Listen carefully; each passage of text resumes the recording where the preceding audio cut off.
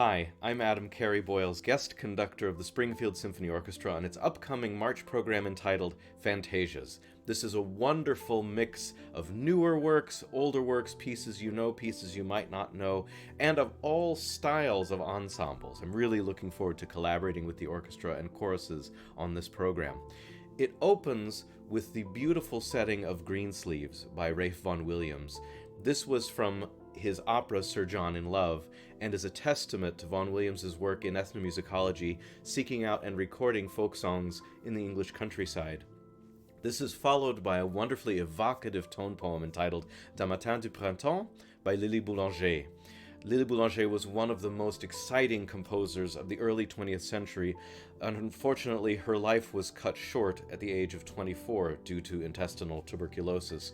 But her legacy was carried on for a long time by her sister Nadia Boulanger, who was also a composer, but more importantly, one of the most important teachers of composers in the 20th century. This is a wonderful, impressionistic work that gives us something to look forward to in the bleak midwinter here. This is followed by the Springfield premiere of the Piano Concerto Fantasy by Paul Chihara, played by a wonderful soloist Quinn Nguyen on piano.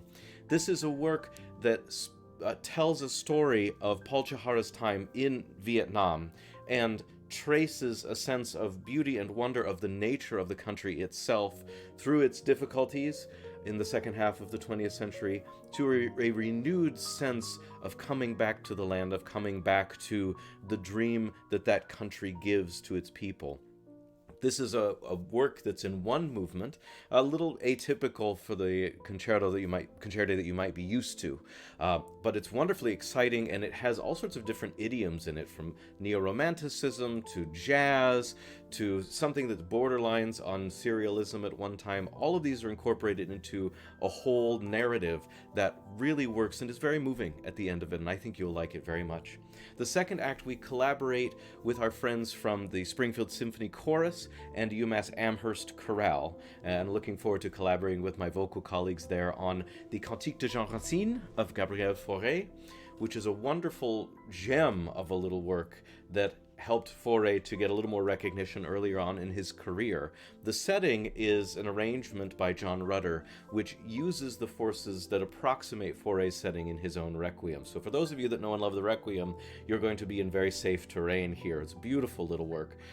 Then two selections from Randall Thompson's Frostiana. This is a celebration of the work of poet Robert Frost. And the two selections that we'll be doing here are The Road Not Taken and Choose Something Like a Star. So reach back into your high school English days from poetry that you may have had to memorize like I had to, and you'll hear these beautiful settings that Randall Thompson gives it, one of the most important symphonic and choral composers of the mid-20th century.